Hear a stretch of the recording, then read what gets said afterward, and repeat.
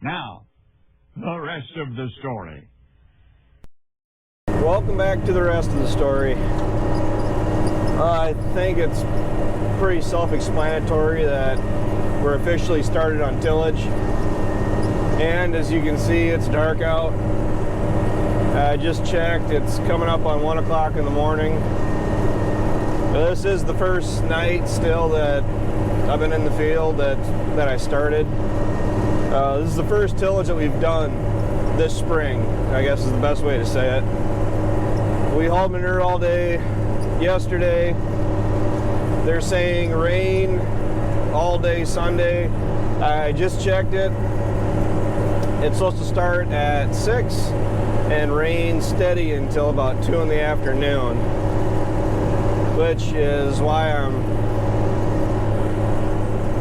currently out here working on this. I'm working up all of our ground that's going to be going to new seeding and then some. I mean, I'm out at my brother's place. I'm trying to get everything worked up, but I did check the radar and there's a lot of scattered showers out there. I'm not really worried about this getting rained on and washed out. I mean, there doesn't look like anything out there that's quite that bad. Just that I think we're gonna get a good soaker. So I'm gonna head back across this field here. I got one more strip that is going to be new seeding that I want to make sure gets worked up just in case the weather turns for the worst on us. My camera's gonna sit still or not. The weather is a thing. I don't trust it. None of us trust it. That's why I'm out here at 1 o'clock in the morning doing field work. Because if it rains for, well, the better part of the day tomorrow, I don't know if and when it's going to dry out again, because the problem is checking the 10-day forecast. If you guys aren't getting motion sickness there. Looking at the 10-day forecast, they really are saying rain every other 2 to 3 days. And our list of spring tasks that have to get done here is growing at an alarming rate. Ryan is moving corn now. It just doesn't want to sit still now, does it? I don't have my actual mount for the tractor with me. So Ryan's got to move corn. We took one load down last Friday. That went great. The truck is running awesome. The corn planter needs to be gone through. I haven't done anything with that yet other than pull it out. The big thing that we're pushing on doing right now is really just trying to get some of this stuff done that we can't really do if it rains, which is hauling manure and trying to get some tillage done. We got probably a good solid week of chisel plowing to do yet, because I did the math on it from what little bit I ran last fall, which is I think the least amount of tillage we've ever done in the fall as far as in my lifetime. Well, I only ran about 8 hours. I got right around 40 acres done. But the problem is, going into this spring, I didn't think we had a whole lot that we had to do, because we were going to try to go for more of a min-till approach. But the problem is, we like to see the new seeding. Man, that's really shaking. The new seeding, we really want to get that chiseled. We didn't do it last year. We want to see it done this year. All of our corn that is going to be corn on corn has to be worked up, because the stand is better, the emergence is better, the yield is better. So I'm out here at Ryan's, and that's where all of Ryan's place is corn on corn. And honestly, I don't think we're too early in the year, really. I mean, we're firmly into April. My friend actually called me last night, my buddy Ryan, and he's the one that started this grudge match. Okay, maybe not that bad, but me and Ryan have always had a thing ever since we were in high school. It was always a little bit of a competition. Who gets started in the field first? Who gets tillage started first? Who gets done seeding oats first? Who gets started with corn first? Who gets done? It's just a long list. And the last couple years, I've actually been winning, if you want to say that, as far as getting tillage done or started with seeding and everything. He called me last night just laughing. And guess what I'm doing? It's like, well, I don't have to guess too many times because I can tell by the tone of your voice, and I can hear how you're holding back a big old laugh that you're probably chisel plowing. He says, that's exactly right. So here I are. And he was exactly right, though. The ground, it's dry on top. There's a little bit of moisture underneath yet. I haven't hit any frost. But like he said last night, it's working up like a garden. And it really is. Whew. I honestly don't know how late I'm going to run. Well, probably until about 6 I get rained out. I stuck my head outside so I could blow my nose, and you could literally just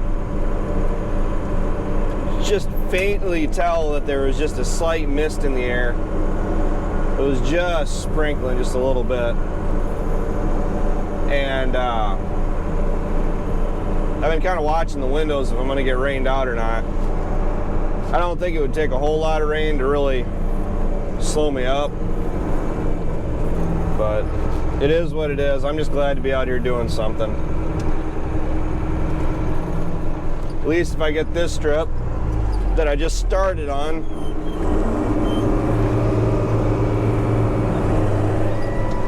as long as I get this strip done, if I get rained out, it's not the end of the world. At least that way, as long as this strip gets done, then all of our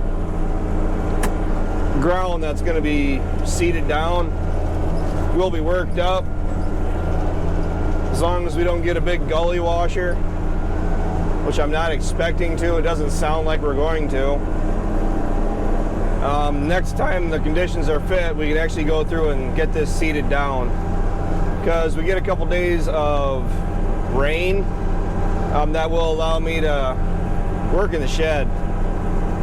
Get the planter run through. We got to get all of those cows run through the chute. All those cows Ryan got, plus all of our steers and heifers and Holsteins. We're trying to figure out how we can make it a one and done thing, but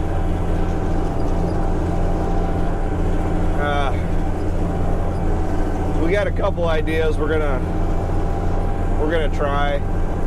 We don't really want to make it a 2-day ordeal and have to have the vet come back twice, but that's a lot of our problem when it comes to handling cattle. We just don't have the infrastructure, the facilities to, not even to sort them or handle them.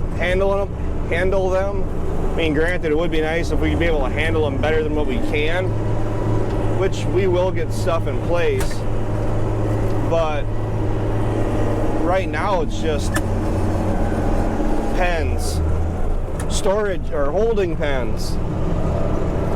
So where are we at here?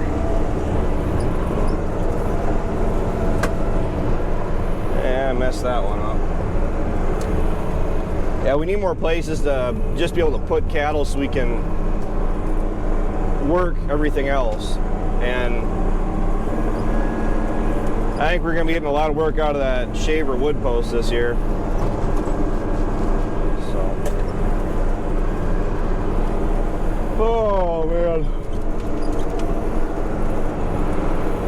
Let's see, I cut too high. And if anybody's noticing, I'm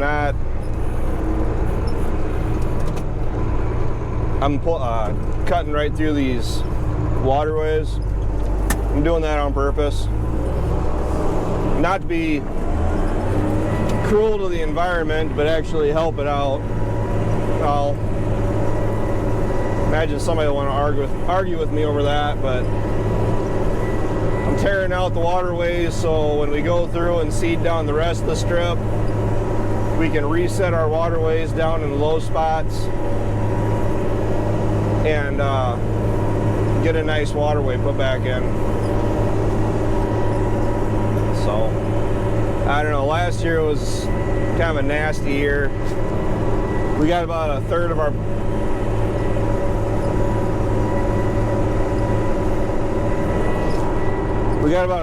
planting done, and then we got a really bad gully washer. Gully washer is in, it washed out foot-deep ditches everywhere, which it's Mother Nature. I mean, you can blame farmers all you want, but on the no-till ground and the conventional till ground, it washed. When you get that much rain, it has nowhere else to go, and it just washes ditches. We had ditches in places we've never had ditches before. So we're just crossing our fingers and hoping Mother Nature's a little bit more lenient on us this year. But we did go through, I don't know how much of that I covered. We used that JCB skid steer with the tracks. We cleaned out the nightmare lot, the barn lot out of my brother's place. It usually gets cleaned out once every 2 years just because it's a hassle to get cleaned out. With our Bobcat, it's literally a 2 to 3 day job, simply because with the tires, you can only clean out what you can really get to.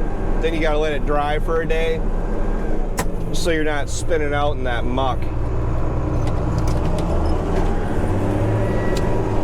Is anybody that's dealt with mud lots before, having cattle and bedding them down and feeding them in there, you get this really heavy clay material, and it's hard to handle, it's heavy to pick up, and you're crossing your fingers every time you send the spreader out, hoping that it comes back without that load of manure on it.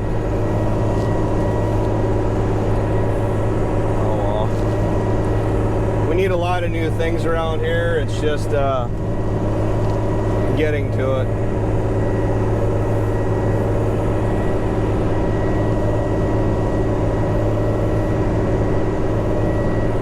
All right, well, I really need to focus on what I'm doing. I gotta shut this light off so I can see ahead of me a little bit better. Oh, if anybody's noticed, it's very clear behind me. You can see the chisel plow really clear. That's what happens when you get rid of the standard halogen lights and you put in the, I'm not even sure what they are. They're LEDs. I'm not even sure if they're LEDs now that I think about it. But Dad went through and he bought a bunch of replacement lights for it, replaced all the lights on the 46, and it easily doubled, possibly tripled the visibility with this tractor, which is huge, because anybody that's not new to, or that is new to the channel, and most people in general can probably figure that out, that farmers do a lot of work after dark. I'm no different. I do a lot of work after dark, just because like days like today, where it would have been nice to be chisel plowing at 8 o'clock this morning, but we had that barn of manure to get cleaned up. And that barn of manure, I'm currently working under right now. So I think you guys bounced around long enough. I'll try to do some more of these. I'll try to get my my other setup in here, so maybe you guys don't shake quite so bad. You're actually sitting on my phone holder. That's why there's so much give there. But hopefully the GoPro takes care of some of the shakiness. So, well, I'm gonna keep going. I gotta stay awake. If I sit too long, I'll be falling asleep. So thanks for riding along. Take care, take it easy, keep in touch. I'll talk to you guys tomorrow, or technically tonight, but tomorrow. Bye.